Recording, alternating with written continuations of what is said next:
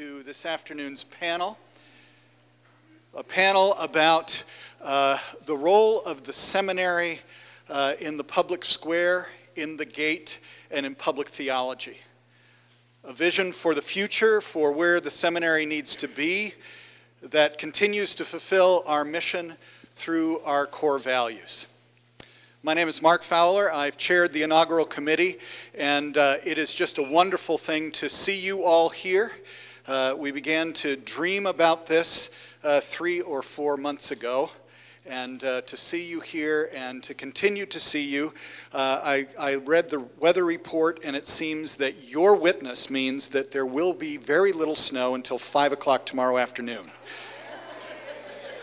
which also bodes well for the future of the seminary and the power of our president's prayer. So there's no pressure there on Dr. Rector, but without further ado, this is a wonderful weekend. It is a weekend about the future of the school, but also about the leadership that has been demonstrated in this place and the hope for the leadership of the future. So will you, with me, welcome President Lallene Rector.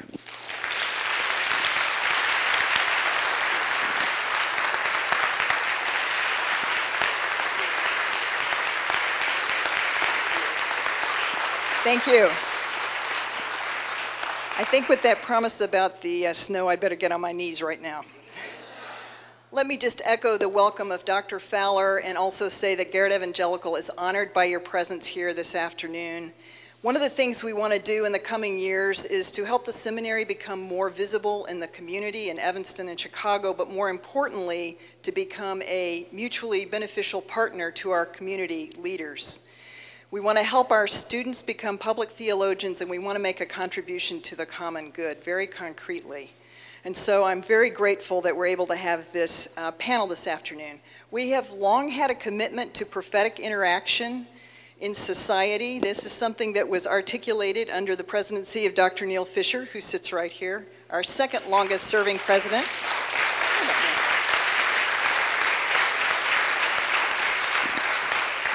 I think prophetic interaction has been functional in our history right from the beginning, but articulated in the late 1980s under Neil's leadership. So I'm very grateful to our community leaders here, Dr. Andrew Sun from St. Augustine College, Officer Lois Spells from the Evanston Police Department, and Dr. Matthew Sleeth of Blessed Earth. Very grateful that you could join us for the conversation, and I'm also grateful for our faculty members, Dr. Angela Kauser, Dr. Tim Eberhardt, and Dean Luis Rivera, who embody this commitment to social justice and to public theology. So I very much look forward to your presentations and to our conversations. Thank you. Welcome, everyone. My name is Jack Seymour, and I'm Professor of Religious Education. I'll be moderating the panel. Let me say a word about what we're going to be doing this afternoon. In front of me, we have 3 community issues. The first is the issue of violence. As we all know, the way that violence has hit not only the world, but particularly our communities. We have the issue of environment, and finally, we have the issue of immigration. We have asked all of our panelists to think about 3 very significant questions. One is, in what ways can the seminary partner with those who are seeking to address issues in our community and our world? Secondly, how can we, through our action, our teaching, our research, partner with persons outside the seminary for our work together for the common good? And finally, how can that partnership educate our students to engage and to continue to engage the issues in the common good? The way the panel will function is I will introduce a team, a faculty and a community leader. They will comment a few minutes around their issue in regard to these questions. I will then introduce a second team and a third team, and then we will open it up and collect several questions from you all to address to our colleagues. So that's the plan for this afternoon. The first issue that we'll be addressing is the issue of violence. And we are delighted to have with us Dr. Officer Spells from the Evanston Police Force, who's been working in the Community Strategies Bureau and seeking to address issues of violence in this particular community. Partnered with Officer Spells is Dr. Angela Kauser, who's the director of our Center for the Church and the Black Experience and the assistant professor of sociology of religion, the issue of violence. What I'd like to do is take just a couple of minutes to define the scope of the problem and then talk a little bit about some possible responses to the problem of violence. Violence is classically defined as the use of physical force to harm someone or to damage property. But I'd like to expand the definition of it to include psychological harm, which is the classic denigration of the other, which devalues, dehumanizes, and demonizes other people. And also financial violence and the ways in which money is used to destroy lives. We live in a culture of violent solutions. What I mean by that is that the underlying assumption around many social problems is that violence must be used to solve them, including the issue of violence itself. So we solve violence with violence. It's an intellectual problem. It's a narrative problem because the state frames our dominant narratives about when violence is used and what kind of violence is used. Policymakers tell us that violence is the answer, and we know that because our national budget is a moral document, and the number one issue that we fund in our country to the tune of $600 billion is defense. In the world, $2 trillion is spent on the military. The state and multinational corporations are our authoritative storytellers, which means that the narratives that have the most impact on popular culture are written by professionals and sponsored by multinational corporations. Powerlessness, a lack of control, fragmentation, alienation, and moral disintegration are signals that violence will be used. The results of violence are revenge, counter-violence, and polarization. There are three types of violence that most of us are familiar with. The first is property, people, and organized crime. Our government, since 1750-ish, has declared 26 wars. We have warred against unpopular groups, the Black Panthers, Civil Rights Marchers, AIM. We also have the violence of neglect and irresponsibility that looks like hunger, unemployment, untreated illnesses, poverty, and racism. We have business and corporate violence. The logic of capitalism, which is to maximize profits, means that a seller can swindle a consumer or even injure or kill the consumer with their product. We have workplace injuries and disease, environmental degradation. Look at what happened in West Virginia a few weeks ago with the water. Corporate and government wrongdoing at the highest levels on Wall Street. That wrongdoing devastates families, groups, and communities. We have predatory policies of many companies that fuel hostile takeovers and drive smaller companies out of business. Banks can squander the life savings of savers. Firms can pollute the natural environment, promoting illness, destruction, and premature death, often without consequence. Then there's violence against women. In a patriarchal society, violence is gendered, and it's used to preserve male and authoritarian control. Violence against women is perpetrated first and foremost in intimate relationships. Coercive sex, physical abuse, nonviolent forms of coercive sex, rape, pornography, so on and so forth.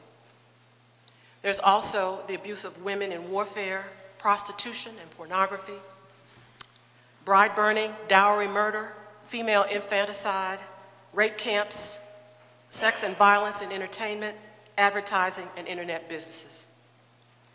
Violence against women is the #1 cause of death for women between the ages of 19 and 44. Finally, violence as a business. We spend in this country $600 billion a year on defense. $2 trillion is spent in the world. In Hollywood, our visual entertainment is dominated by violence. Violence is now hip and it is commercial. For example, in our sports, our news, our media images, even children's cartoons, and computer games that often overwhelm our children's minds. Men commit the majority of violent acts, and societies with lower levels of violence tend to have less gender inequality. Finally, there are 310 million guns in our country, 1 for every person living here, and they are in 60% of American homes. So that's the world as it is. What might then Garrett-Evangelical do in response?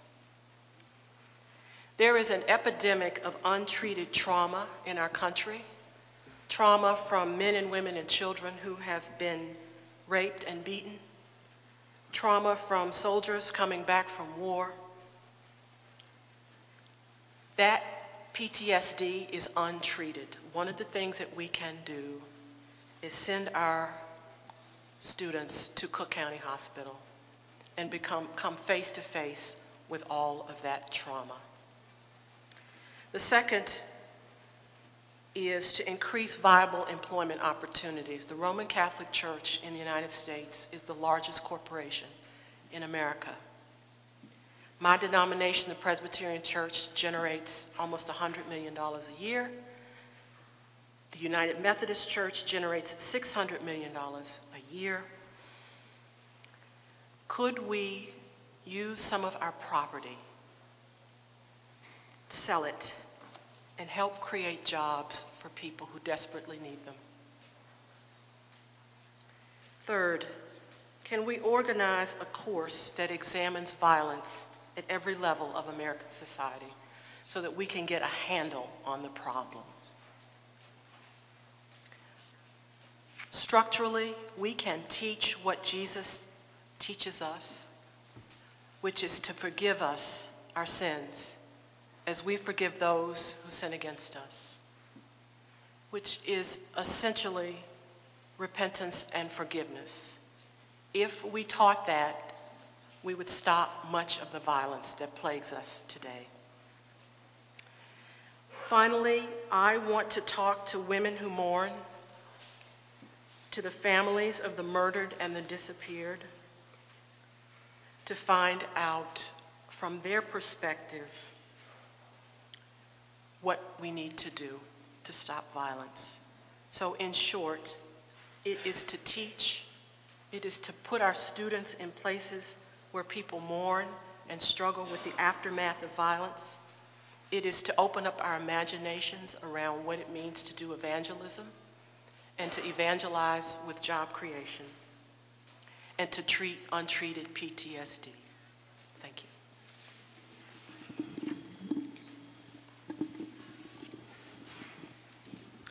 Again, good afternoon. It is a great pleasure to be before you today and an honor. Firstly, as a believer and follower of Christ. Secondly, as a previous seminarian. Thirdly, as a servant, as a minister, and as a pastor. This issue of violence is not new to us, but yet we are still dealing with it, and it is still prevalent as it was years and years ago. We have done many great things in this world and in this country.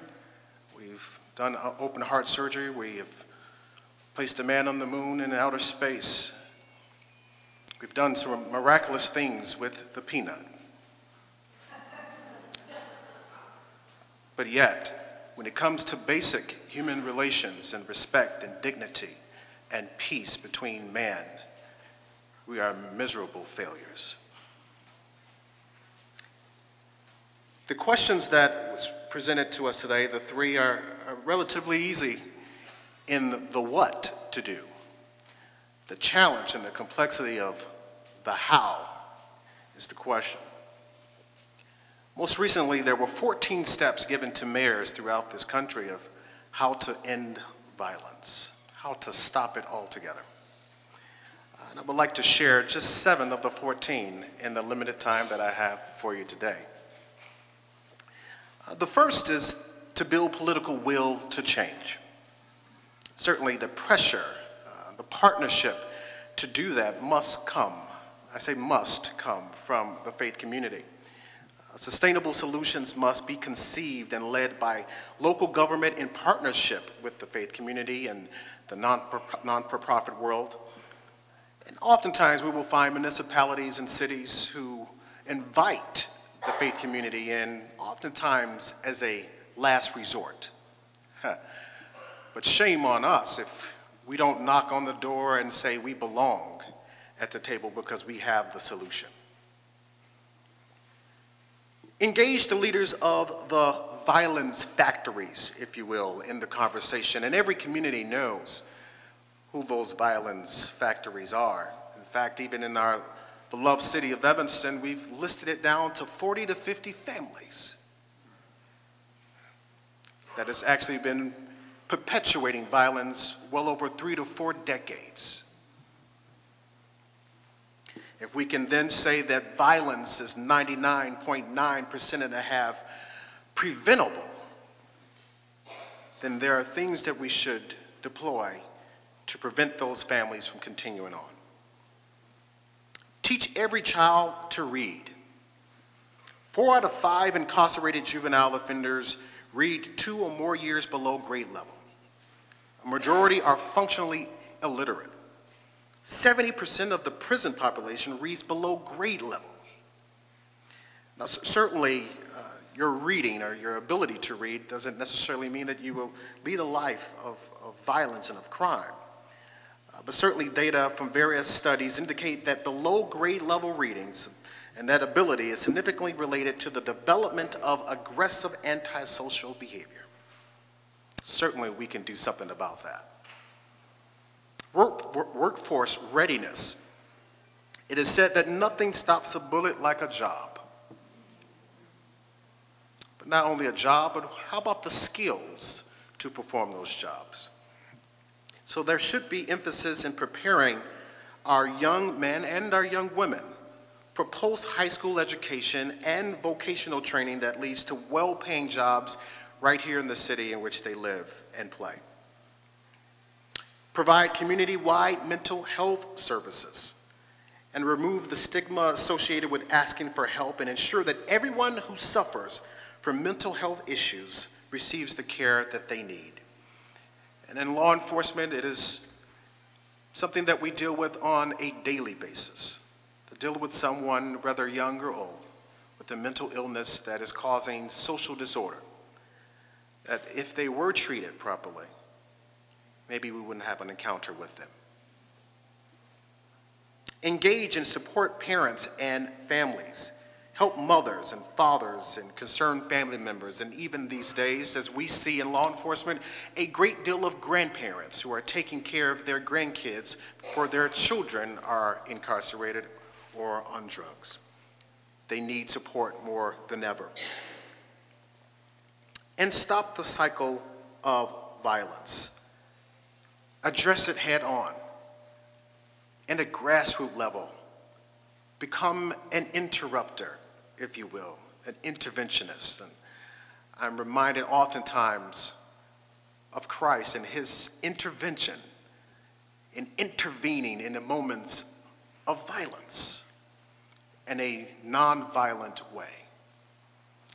I am a peace officer. I'm here to not only maintain and keep peace, but to make peace. And certainly there's a difference between being a peacekeeper and a peacemaker. And there's a call to put faith to action. For truly, we all know that faith without actions is dead, like the body without the soul. And we must come to action. Thank you.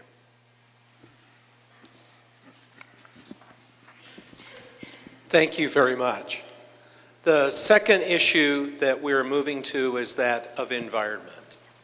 And our two persons to respond to that are Dr. Matthew Sleeth, a physician, and as Dr. Rector said, head of the Blessed Earth organization, and in fact, the editor and writer of the Green Bible. With Dr. Sleeth is our colleague Tim Eberhardt, who is now working in a joint program with Methodist Theological Seminary in Ohio and Garrett-Evangelical on environment and environmental justice. Well, I too am grateful and honored to have been asked to sit on this distinguished panel in celebration of the historic inauguration of our new president, President Lallene Rector. It's worth noting that public squares have traditionally been green spaces at the heart of the city. The commons originally were grazing lands, forests, or fisheries through which the world's people accessed their daily bread. And the city gate was the boundary space between countryside and city, where legal and other transactions mediated between rural and urban. I suspect that for many, the words common good, justice, public, do not today evoke images of the natural environment. The concrete square at Daley Plaza, perhaps. The marbled halls of Congress. Typically not watersheds, honeybees, jet streams, or living soil. But we are confronted today with a set of hard realities. The truth is that what we share publicly is increasingly defined by a host of common bads based in the degradation of environmental goods. The next report from the world's leading climate scientists is due next month, and early drafts suggest that the kind of extreme weather-related events we are already experiencing, California's catastrophic drought, wildfires raging across Texas and up into the Rockies, unprecedented rain and snow superstorms, 1,000-year-old floods recurring annually. Such events, we're being told, are mild compared to the shocks we should expect without immediate action to reduce carbon emissions worldwide. Now, at present, it is the poor of the earth who are suffering the worst effects. In a world where temperatures have risen 2, 3, perhaps 4 degrees by century's end, neither Jew nor Greek, male nor female, slave nor free will escape the devastating consequences. Though we can be sure that certain ancient bigotries will no doubt be heightened. Of course, climate change is only one of the ecological crises we face, but by tracing the connections between the common bads we share, we awaken to just how interconnected we always already have been. Pesticides doused on Iowa corn, causing cancer among consumers in New York and creating dead zones in the Gulf of Mexico. Tightened lungs and wheezing among African American and Hispanic children on the south side, linked to burned coal from mountaintops blown apart in rural Kentucky. The truth is that we, the global public, are interconnected, for good or increasingly for ill, in and through the commons that is the earth. What is needed, and the urgency of now could not be more fierce. What is needed are pastors, scholars, laity, congregations, entire denominations engaged in forms of public theology, grounded in a vision of the common good that is as deep and wide as God's mercy. To believe in God the Father, who is our mother, creator of all things. To believe in Jesus Christ, the resurrected one, who is the first fruits of the new creation. To believe in the Holy Spirit, the Lord and giver of life, must mean today seeing the whole body of the earth and all its multi-hued creatures as beloved by God and intrinsically bound up in the fullness of God's salvation. For those of us in seminary education, our contribution to the great work of healing the planet will entail helping future leaders of the church understand these connections between land use, climate, God, Scripture, gender, consumption, race, violence, redemption. But the instilling of better conceptual frameworks, which is essential foundational work, is not enough. It is well past time that the insights of Ruther, McFaig, Boff, Keller, and others extend beyond words on a page or on a chalkboard to impact the whole shape of seminary formation. You see, seminarians who reside in zero-carbon buildings with no waste recycling systems go on to pastor in churches with solar panels on the rooftops and climate justice teams meeting in the education wing. Laity visiting for community education and continuing education events who eat locally grown, justly produced foods in the seminary cafe are inspired to bring farm-to-table food systems to the elementary schools in their communities.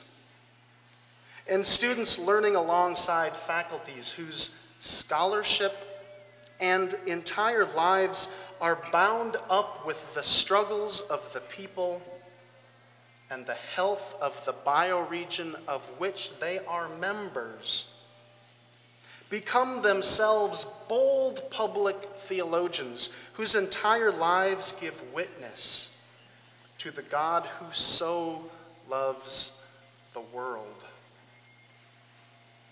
Now, more than this is needed, much more.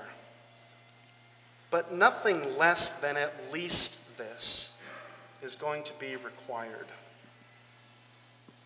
Which is why I am so thankful for the work and the witness of Dr. Matthew Sleeth. What a joy to be here as the only person who hasn't gone to seminary. When I mess up, you have to forgive me. That's the way this works. I know that much.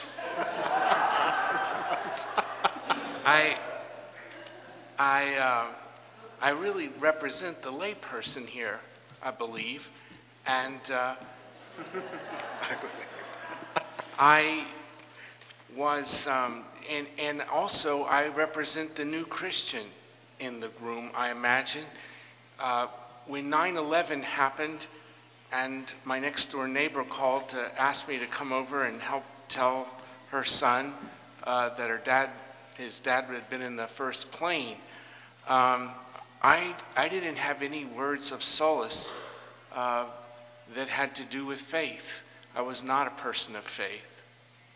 And so this whole experience is rather still new to me. I became interested in the environment, and I have to just tell you, it's my personal story. It's my witness. You've got to listen to it, or it's my testimony. I was the chief of staff at a hospital and director of an emergency department, and my wife and I took our children on vacation, and when the kids went to sleep, my wife turned to me and asked me what the biggest problem in the world was. On vacation.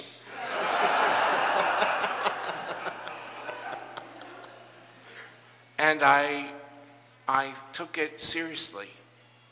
And I thought about some of the issues that have been brought up, because I was an emergency room doctor and I started out in Washington, D.C. And I've certainly seen violence. And there's nuclear proliferation, there's economic disparity. We could pass a sheet around. But I answered that the world is dying. And I answered that not as an environmental scientist, but simply based upon what had changed in really a lifetime. There aren't elms on Elm Street. There aren't chestnuts on Chestnut Lane. There are no caribou in Caribou, Maine. The most numerous fish to come out of your Great Lakes, the blue pike, is extinct. So we're not talking about minor species. We're talking about major changes. And I haven't met anyone in the last decade, irrespective of faith or politics, who believes that we can do business as usual for another 100 years as humanity and it's going to turn out okay. In fact, if we don't change, we're not even going to have a place to play out our differences on. And my wife asked me what I was going to do about it, and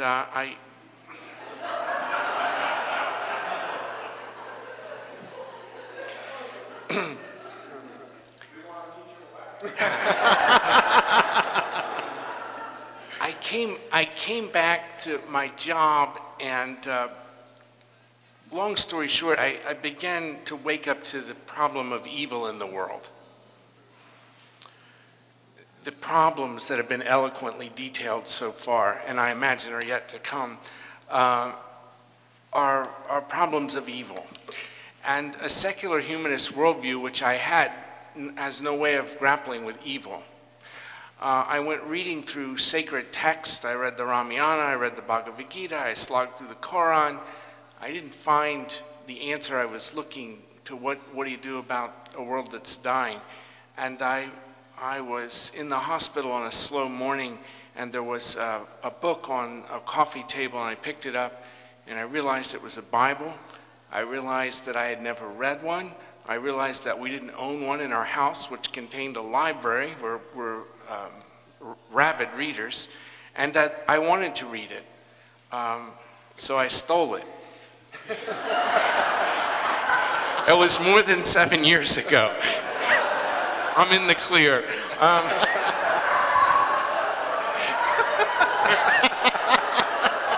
I'll put it back.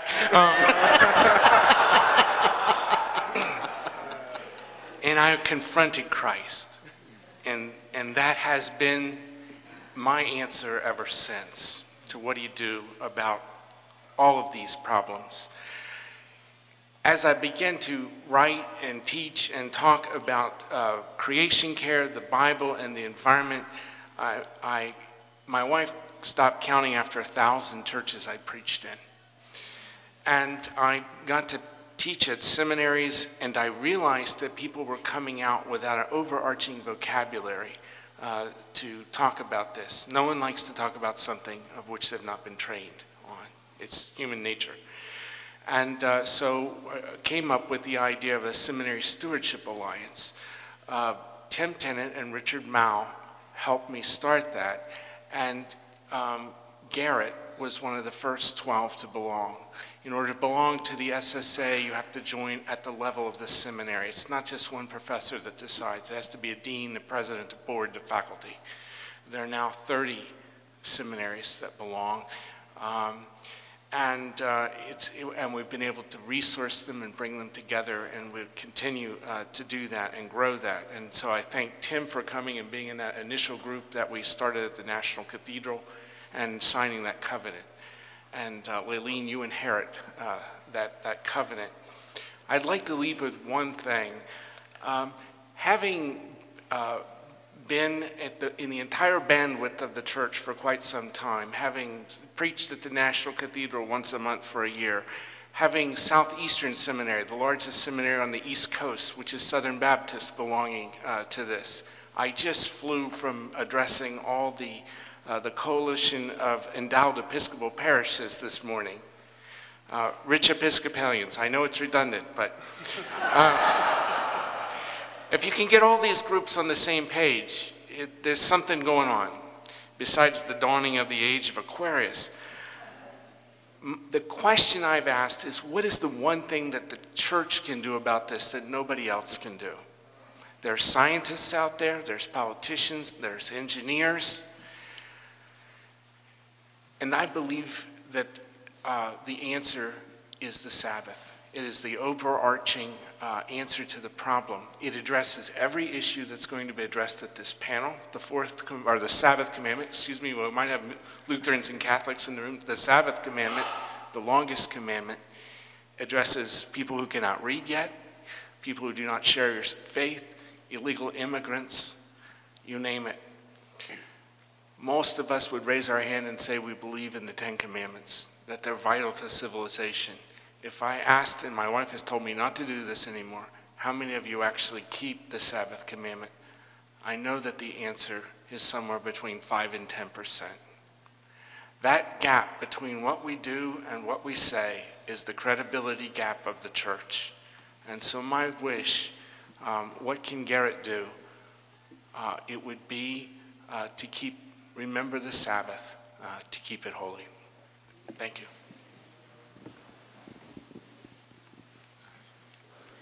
And friends, the last issue we will consider today is the issue of immigration. With us are President Andrew Sund of St. Augustine College here in the Chicago area. If you Google him, you will discover that he has testified on the DREAM Act in front of Congress. That's one of the things that first pops up. And joining him is our colleague, Dean Luis Rivera, a theologian and ethicist to deal with issues of migration and a theology of migration. My friends. Well, good afternoon. Like everyone else, I'm really very pleased to be here. And I would like to thank President Rector for the invitation, which is a way of sharing my thoughts with you, but also to strengthen the friendship that we've developed between our institutions and to hope to continue to develop that friendship. I'm very happy to think with you about the issue of public theology and in terms of immigration, but being the president of a college and being in another educational institution, I tend to think about it in terms of education, what we can do to further help immigrant communities receive the education they need in order to succeed in the society in which we live. And I hope that my words can help us engage in that process. Let me see if I can figure out, I made a little presentation and see if this works. Well, I sort of slightly rephrased the 3 questions into 2. And my remarks will center around this 2 questions, so I apologize, Dr. Seymour, for the 3 questions. But first of all, the way I thought about my remarks was, in what ways can Garrett-Evangelical Seminary partner with organizations that are working with immigrant populations? And number 2, how can we in partnership engage students for the common good? I come as a president of St. Augustine College, which is an institution that serves primarily a Hispanic community, a Latino community. I also think that to a degree I come as the president of ILACHE, which is the Illinois Latino Council on Higher Education. That's a small advocacy group where we try to advocate for more access to higher education, more Hispanic faculty, more Hispanic students, more administrators in the state of Illinois. So I'm going to touch a little bit on that also and see how hopefully we can engage with Garrett in those areas. I don't come here with any specific answers to these questions. I really want to share my thoughts and some information as to where I come from, and so that we can engage in a process of finding answers to the questions that are posed today, so that we can work together and offer more opportunities, is how I see it. I think everybody has heard, but the statistics are still remarkable to see them, how the Latino population has grown in the United States in the past 30 years or so. This is the entire population, not foreign-born only, not immigrants only, but immigration is really a process that takes generations. It involves people that have been born here, but whose parents came from abroad. And this is a population that's growing in importance. Everybody's thinking about it in the United States, moving, how we are going to integrate them.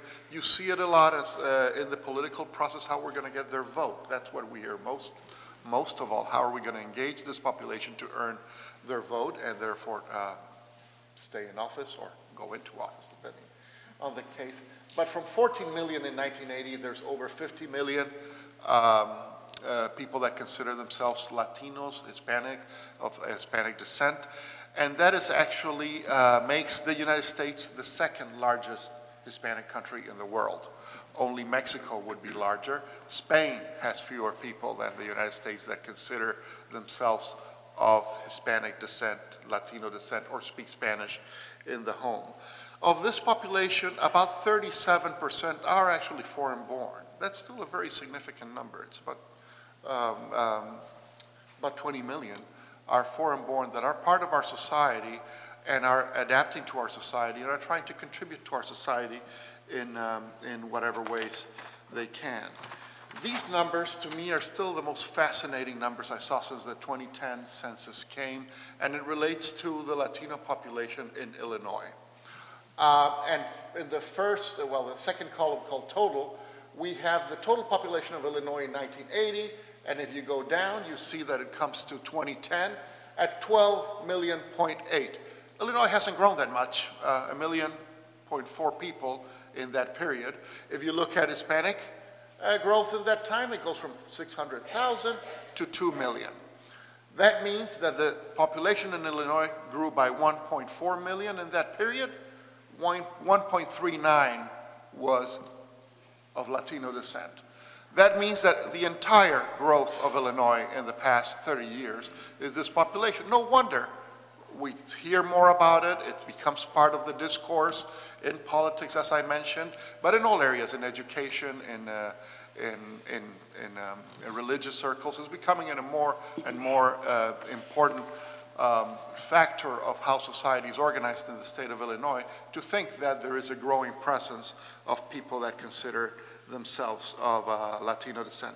Incidentally, I have the statistic, 37% nationwide are foreign-born. It's a little higher in the state of Illinois, 42% are foreign-born of people of Latino descent. However, when we think about immigration and education and the role we can play, the Latino population still falls significantly behind in educational attainment from any other group.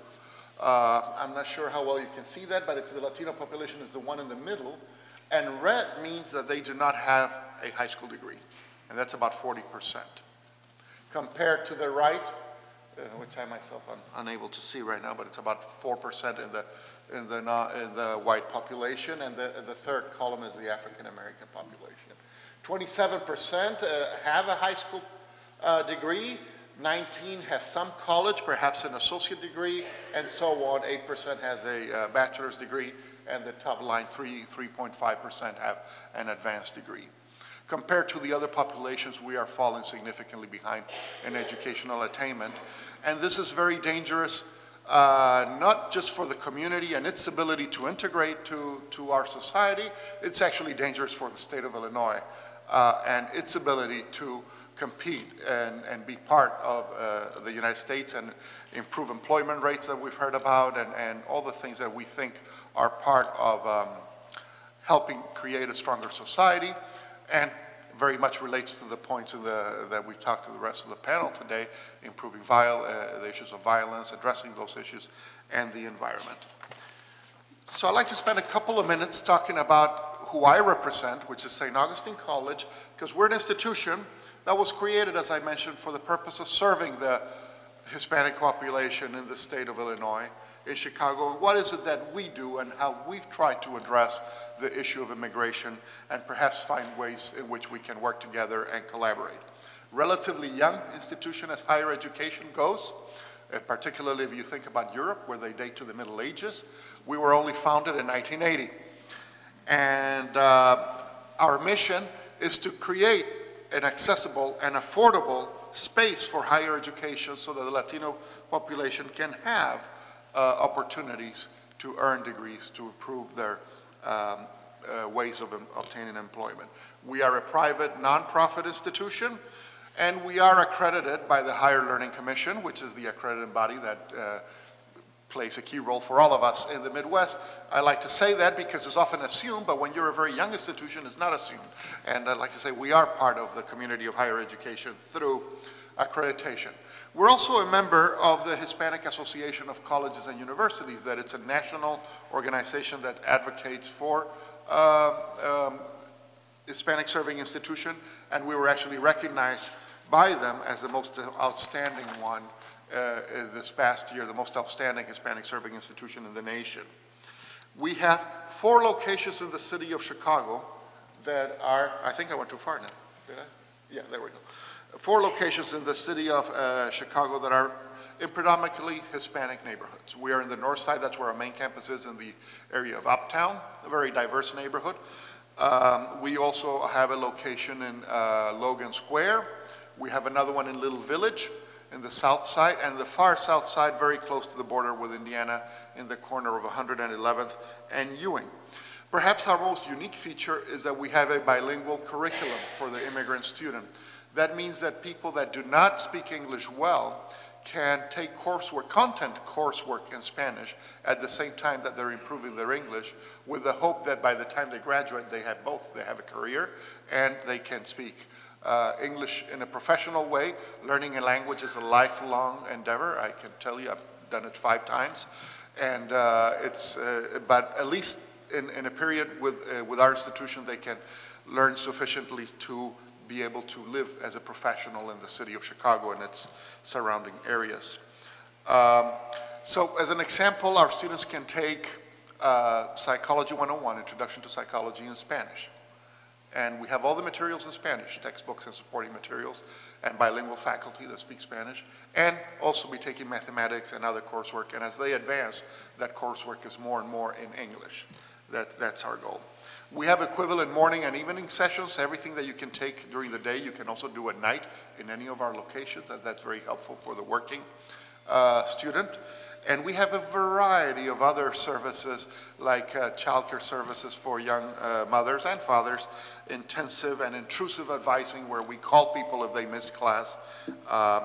And we do that every day, and have a whole... And particularly important for the community we serve is that we have very low tuition and strong financial aid packages, where over 90% of our students really do not pay out of their pocket to come to study with us, and they don't have to resort to student loans either. It's all through grant work, both from federal, state, and from our own fundraising sources. And we offer a variety of associate degrees. We have a bachelor in social work and an open door policy. And the results are that we have an institution that it's about 1,600 students, with 87% being Latino. Interesting, not everybody's Hispanic in our institution. We do have all groups represented, and 78% are female. This is perhaps a problem that we're trying to address, that men somehow are not going to school. And we see that in other communities also, urban communities also, that men are not going to school. We're very much an adult serving institution, with our average age being 29. and 90% or so are first generation in college. And this is very interesting when you're serving a population that is new to this country, and on top of that, foreign to higher education, that they take the risk to come to our institution and try to improve their skills is quite remarkable. And one of the most satisfying things for those of us who work there is when we see students discover their intellectual capacity that many of them did not even know they had it. When they come to a class and suddenly start learning, reading textbooks, writing summaries, dialoguing with a faculty member, and you see that spark is one of the most satisfying things in our job. So I hope that sharing a little bit about who we are as an institution is something we can find connections as we move along. But I wanted to briefly touch on a couple of other issues that are important to the immigrant community and that we've heard a lot about. The first one is, what are we doing with undocumented youth? The people that are called dreamers, that have come to the United States at a young age. There we go.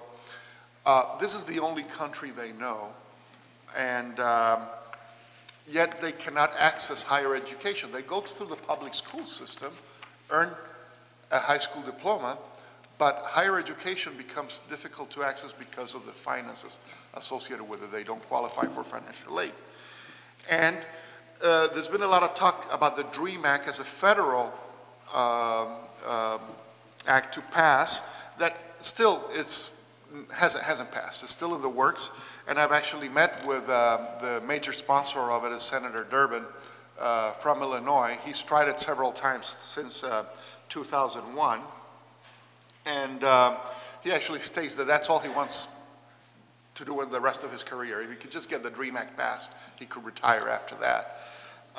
But it would provide, the ideas for these people that have been in this country since a young age. English is their language. The American system of education is what they know. They would have a path if they go to college. They would have a path to residency and eventually citizenship if they engage in higher education, if they earn a degree, if they belong to this world. There's also a military track to that, but we'll ignore that one for now. The more interesting one, to me at least, is they obtain an education.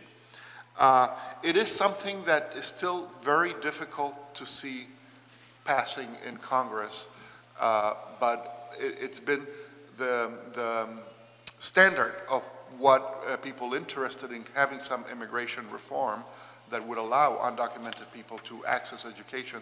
The DREAM Act has been the standard in Illinois and in general in the United States. Interestingly, I wanted to bring it up as a comparison that we have the Illinois DREAM Act that was passed in the state of Illinois. This is more of a symbolic act to show that Illinois is an immigrant-friendly state, because all it can do, it doesn't have the power of federal law and changing immigration law. What it does is provide the ability for families to participate in savings plans in the state of Illinois. So I think it's an interesting model, what Illinois is trying to do in being an immigrant-friendly state, and it's very different from other states in the nation, and perhaps what we're seeing in Washington right now. These two areas is something else that I would like, the area of immigration reform, something else that I would like us to engage and think about how we can help an immigrant population become stronger partners in our society in the United States and also access higher education. To conclude, I'd just like to say that I believe that there's a lot of work that we can do together, and representing St. Augustine College is something that makes me very happy to be able to be here. And we've talked about some ideas already. I'm particularly excited about the possibility of creating a path where Latino ministers and pastors could earn a bachelor's degree with us and then continue right here at Garrett as a seamless path towards higher education and being and providing a stronger role in their own communities. But there's many other things. We can work together in spreading the word about the importance of education. We can work together in providing tutoring opportunities. We can work together in creating many other bridges that can help the immigrant population that we see in the Chicago area in Illinois become stronger members of our society. And I'm going to stop now because I'm running out of time and I need you to speak too. Thank you. I'm just waiting for my PowerPoint presentation to come up. But what a joyful day to be with all of you here, celebrating the inauguration of our president, Lallene Rector, and also being part of this panel in which we are reflecting together on an important topic that is core to our institutional and educational mission.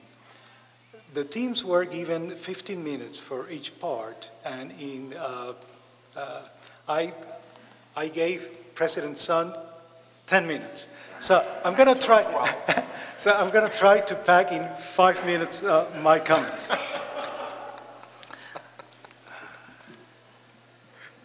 The domestic and international migration of people and workers is a significant global phenomenon affecting all continents. It is estimated that in 2013, there were approximately 232 million of international migrants around the world. International migration flows are not only happening south to south, but also almost equally, south to north, but almost equally south to south. The United States of America is the country with the largest numbers of international migrants that includes both authorized and unauthorized migrants. The economic, political, and social reality of migration has accompanied this nation before its national origins. Like a pendulum, the country has moved from times of openness and social hospitality to migrants that were sought, recruited, and allowed to stay, to times of tight social control, adverse social climate, and abusive exercise of power against migrants. Immigration has been a major and recurrent issue on the conflictive economic, political, and social agenda of the country. The three competing political and policy options are a highly restrictive and punitive path, the open borders with minimal restrictions way, and the open door with some restriction route. The complex reality of immigration is a ministry call for religious groups who find in their faith an impulse to engage with the precarious experience of many migrant people and communities, and to engage in the social struggle to reconstruct broken and unjust immigration policies, laws, and practices. Many pro-immigrant civil groups, I'm sorry, I think I'm going too fast here. Okay. There you are. Many pro-immigrant civil groups, including religious groups, practice one or several of three main strategies to work with migrants. The first strategy, care and service for well-being and safety. Secondly, empowerment for development and civic engagement. And finally, advocacy for justice, rights, and freedom. As we heard from President Song, St. Augustine College practices an empowerment strategy that seeks to increase the human and social capital of migrant people through access to formal education. Religious leaders and organizations also explore and engage the two other routes of care and service or advocacy. Let me read for you a possible definition of what a public theologian is, because we've been talking about public theology. Well, this is a working definition. You don't need to accept that, okay? We can debate about that, but at least it's introducing to the notion or concept of a public theologian. A public theologian is one who offers analyses and interpretations of issues, institutions, and interactions of society that are of concern and import to those within his or her religious tradition, as well as to the general public or segments of it, proposes solutions or courses of action for them, and does so in ways that can be understood and evaluated by, and possibly be persuasive to, society at large or the various or overlapping publics of society. Public theologians and religious leaders engage in some form of critical sociopolitical, cultural, and ethical analysis to understand the context, issues, competing points of views, and the strategic options in dealing with particular public issues. Whatever is the public issue at stake, we're talking here about immigration. They also develop critical and constructive theological, ethical, and pastoral reflection for the purpose of identifying and interpreting the Christian values, beliefs, and practices pertinent to the issues at hand and supportive of missional action.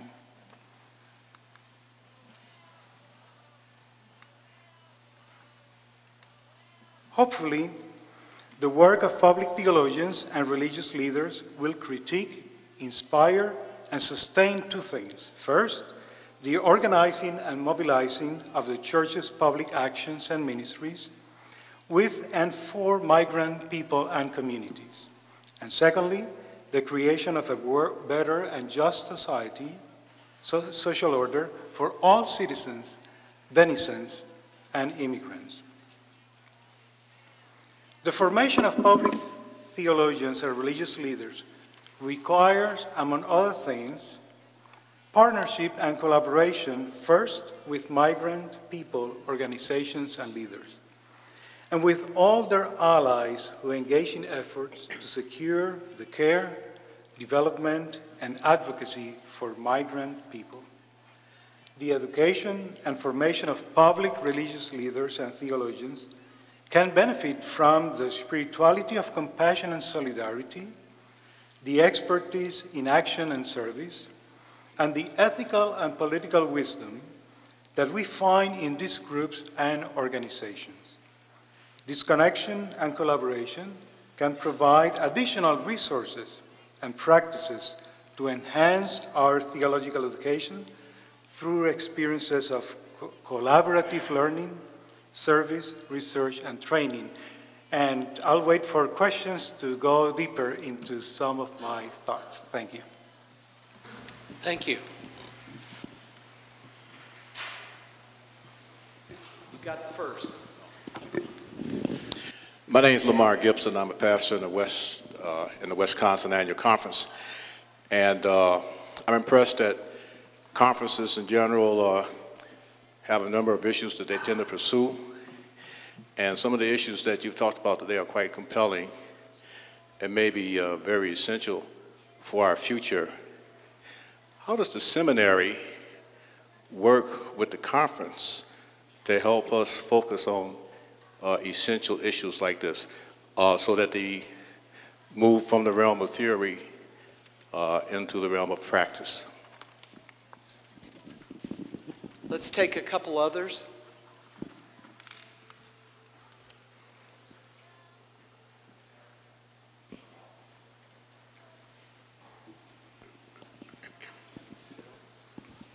Thank you. I'm one of those people who is a fanatic about recycling everything I can recycle. And I drive a Prius and I have solar panels on my roof and I pat myself on the back. But I live a pretty comfortable existence. And I have come to realize that sustainability has an economic framework, and that for people who are scrabbling to exist, on the one hand, the environment, sustainability in the natural world is not something that they put high on the agenda. And on the other hand, we have people who are making billions of dollars exploiting fossil fuels and agribusiness. So I guess what my question is how do we address the economy, the economic issues around sustainability?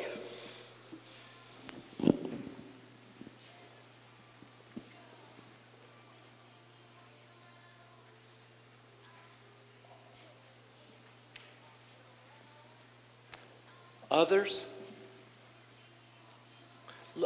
Let me turn back to the panel at the moment. We've had some questions about how do annual conferences connect with the seminary to address these issues. We've looked around and we realized that some of our bishops are here in the room, and we would invite you in a minute to open up and respond to those questions. We've had other issues about the economic bases of all of the three issues that are in front of us. One of the comments that you all began as you talked with each other was the comment about how do people get the language? How do they get the language to be able to talk outside the seminary, in public speech, in ways that persons can respond and address that? Let me be quiet and just open it up to the panel and see if anyone wants to respond.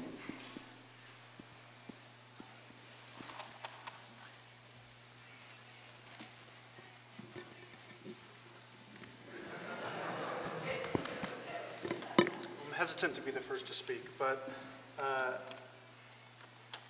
I think it is notable that political economy is at the heart of all three of these issues, and that if we don't identify that, we will not have gotten at some of the core root issues. Dr. Kauser in particular identified the violence that is woven into a global economic system rooted in the belief that self-interest is the only power that can hold us together.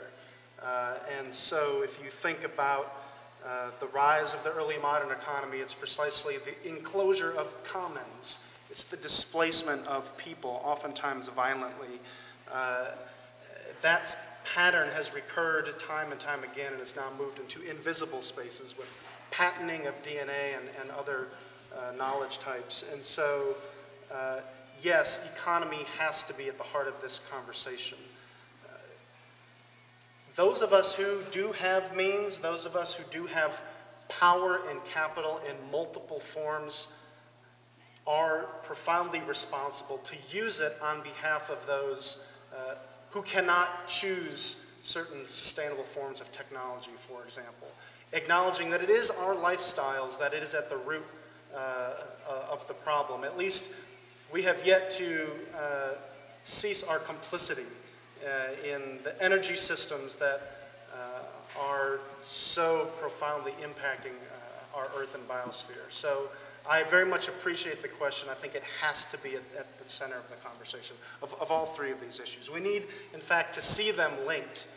We can't address violence apart from economy, apart from environment, apart from race, apart from immigration. We have to find ways of holding them together. The seminary is already doing a significant work, I will say, for the denomination and the churches by engaging in the education and formation of religious leaders with profound faith, with deep intellectual knowledge of the tradition, and with a big ethical commitment to work for the common good wherever they go. And so that's our core mission and contribution to the church. What else could we do? And you know, as a new academic dean here, I hope to hear more from the bishops and other leaders to ask. But certainly the faculty is always ready to work along with you in developing educational modules or lectures or becoming theological consultants with the work that is done in the church. We certainly can be of advice of any initiative that is educational or to rethink some of our practices, including the way we do field education. Do we need to do something else? I'm sorry, Carla Kincannon, wherever you are.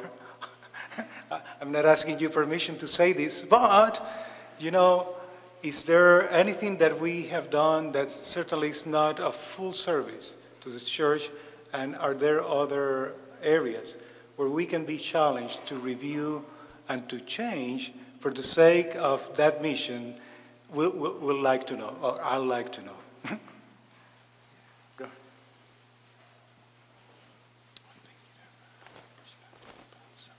I'll let you follow up, and then there's one behind. Okay, I'll make it brief. I think there's a distance between the academy and those who apply. I think the voice of the seminary is quite dim as we practice. And I think that some ways in which and the word praxis comes to mind. How can that happen between seminaries and conferences or churches, so that we all become practitioners as well as theorists, and it becomes more of an applied situation. There's I think it was Paulo Freire that had some concept of an equal sharing of knowledge and learning and application between students and teachers. And that type of application, I think, if it could be between seminaries and those who apply in the field, could really bring us closer to realizing some important things, because I really think that important items get dissipated and diluted when we apply and we have disparate bodies to try to do things, but we're not unified and we're not focused. And I think power comes when we have more focus on the essentials, but we've got to agree to what's essential. And I think that takes a working together. Sorry it was so long.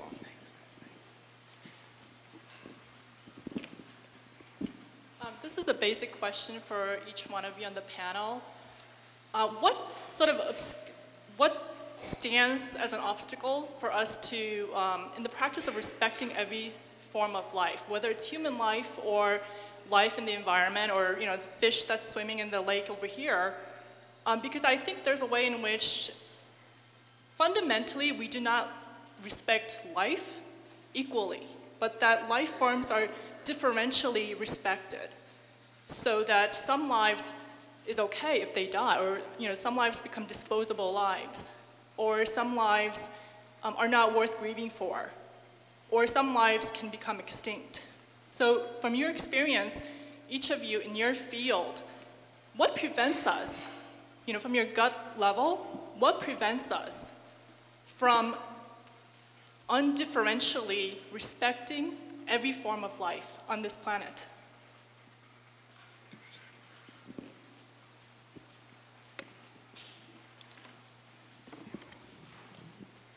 Are we supposed to go now? Go ahead. Okay. I just have to grab that question. Because I think of Christ telling his listeners that we have a God that groans when a sparrow falls out of the sky. And haven't you been there when a bird hit the windshield or your window? Is it not a universal response that we go, ugh? We groan. And Christ goes on to say, how much more are you worth as human beings? A sparrow, that's a couple of cents or whatever. A human is worth so much more. And I think that's where we get stuck. But I really think that what Christ is trying to say there is, how can you get your head around how much God loves you until you can get your head around how much God loves the sparrow? And it really turns that on its head. And so, and you certainly are echoing Albert Schweitzer's theology and his reverence for life, who, when he studied in the jungle, would shut the shutters at night, and so the moths wouldn't fly into the flame and be damaged. And I think that should, that reverence for life, which I think all of us probably have here, is a cornerstone of our faith. And it's, and again, I'm gonna sound like a broken record. I said, I'll back up.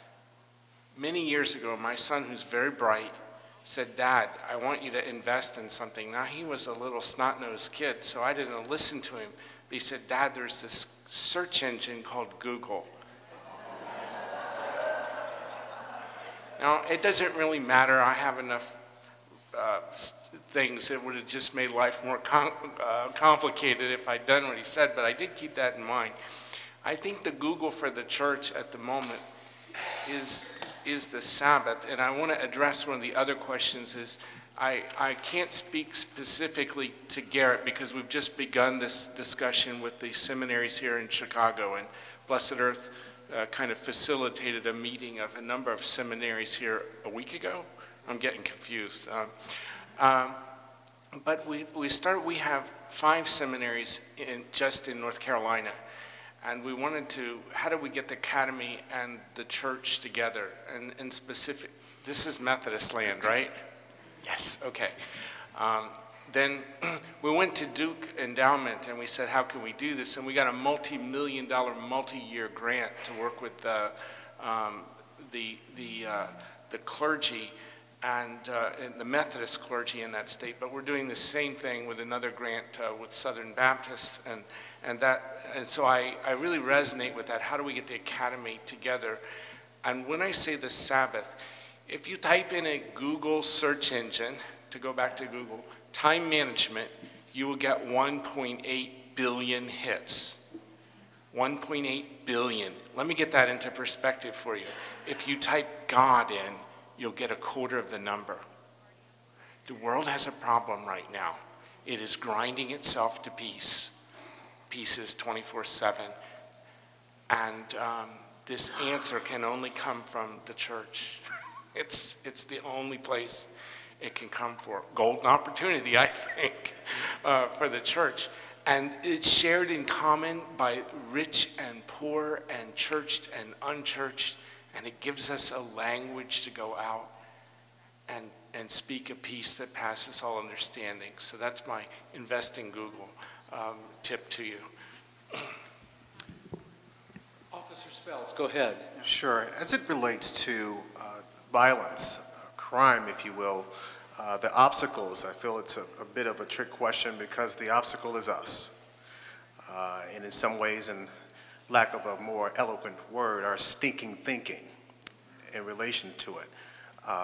Because we find people who attach a race or socioeconomic status to violence and to crime. It's a black issue, it's a Latino issue, it's a middle class issue. And when we separate that, we lose community and we lose a sense of wholeness and oneness, and that we all have a part in this. I believe it was Thomas Jefferson who said this: true justice will not occur until the unaffected care just as much as those who are affected. And so it is those who might not deal with violence that you would see on the news care just as much as those who are in those respective communities. So I truly believe it is how we view this and the lens that we see violence. And beyond the glamorized view of violence, what about domestic violence and bullying and all the many forms that we all have been victims to? We bear witness to it, that must cease to exist. So that's my thought. We've got just a few minutes left, and I want to end by a question to the panel. And I'd like to ask you, if you want, to respond in your teams. What would be a next step for the seminary? It's important to get these issues in front of them. We feel they're heavy. You've given us several suggestions. But what would be a next step to move the conversation into the life of the seminary? Dr. Kauser offers... Can we just take a minute to confirm? Yeah. Okay. Are any of the teams ready to go, or?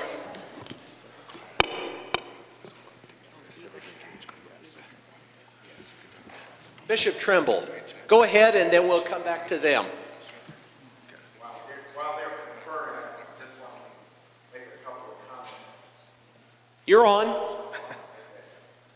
About over 30 years ago, I was a student here. Actually, I came from Dr. Fisher, both came at the same time. And I had a course that we still talk about. In fact, one of the members of my cabinet who's also here, we were in the same course, was an applied theology course.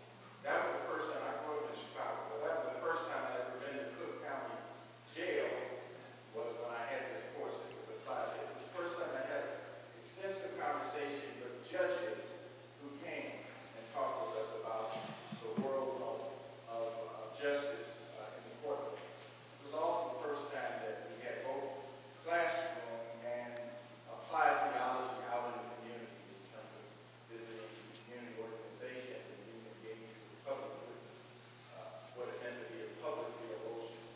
And I want to say that, I want to quote now another Garrett grad who left this institution and while pastoring the church felt called to do something outside of the church, and now is leading an organization in Cedar Rapids, Iowa, called Matthew 25, an over $8 million nonprofit organization that's engaged in all kinds of non-traditional outreach ministry. Clint Football is his name. Some of his professors are probably here. But we had a conversation around the challenges the church was facing. And Clint he said, Bishop, we don't have a resource problem. He said, we have an opportunity gap. He said, those of us who are believers in Christ must look at the world and see the opportunity to make a difference. And not bemoan about the lack of resources, but take advantage of the opportunity to give our lives away to that which will make a difference. As Dr. White asked the question, what's the biggest problem? And then what are we going to do about it? And I think it's for the academy and the church and annual conferences, we need to raise the question, how can we bridge the opportunity gap so that the learning and the leading and the living can all be connected. And I think we're on the cusp of that. As Dr. Kauser said, we have $1 million worth of property in the Iowa annual conference. And how do we translate some of what we have as resources so that we might bridge that opportunity? Thank you. Thank you. What's a step the seminary could take? And it looks like Tim and that Dr. Eberhardt and Dr. Sleeth are ready to go. What's a step? If I can briefly address Dr. Joe's question, because I think it's crucial. What stands as an obstacle? The commodification of all things, all places, all time is an enormous obstacle. Karl Polanyi's important book, The Great Transformation, the difference between economies that use markets and a market economy, where all things, land, labor, money, become part of the market mechanism itself. And so in terms of answering this last question, when our students are burdened and anxious about student debt because of the commodification of education and their futures, when faculty are bound up in a system of promotion and anxiety about a faculty market that is tight, when churches are suffering under the devastation of the middle class and the bottoming out of the middle class, all of these groups and more don't have the time and literally don't have the physical space, the collapse of the commons as actual spaces and times to gather, to discuss, to reason, to pray together, to sit around table and think about and pray towards solutions is an enormous obstacle. So courses, workshops, retreats that provide space and time to bring pastors and laity and scholars and businessmen and women together, to reason together outside of the pressures of commodification. A small step, but an important one. Because of our time, I'm going to push on. Dr. Rivera, Dr. Sund, a next step. Yeah, very quickly, very simply, I believe the next step is working together in defining a goal of how we connect immigration and educational opportunity, Garrett and other institutions. Defining the goal, the language that we wish to pursue. Dr. Kauser offers some spells. A next step. Framed in imagination, courage, relationship, and action, we create a course around evil, suffering, and death that has students talking to perpetrators and victims. On suffering, listen silently to people who mourn, and that we figure out a way to inculcate and create an environment here that encourages, this is to Dr. Joe's question, that encourages imagination and creativity around, beyond the normative structures that we've set up around what it means to be and do church.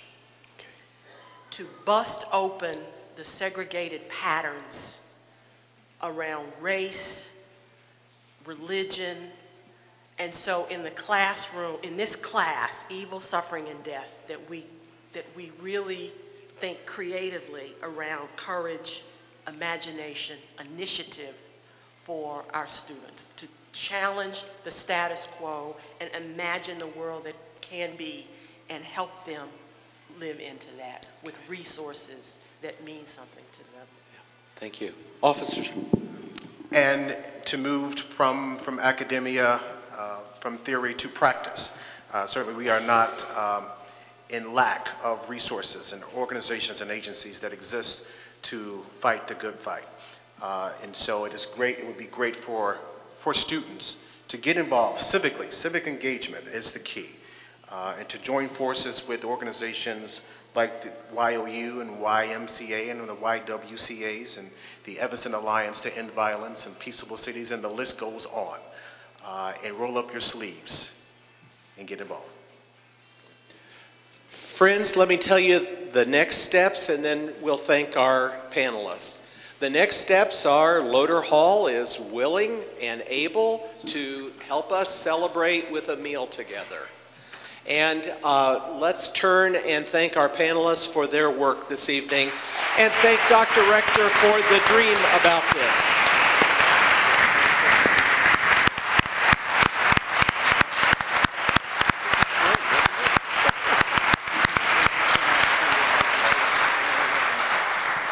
Dr. Sleeth has used the word Sabbath over and over, and as many of us realize, as the sun has set, for some of our brothers and sisters in the Jewish community, tonight is the beginning of Sabbath. So let me say to all of you, may God's peace, may God's community, may God's Shabbat Shalom be with you. Amen.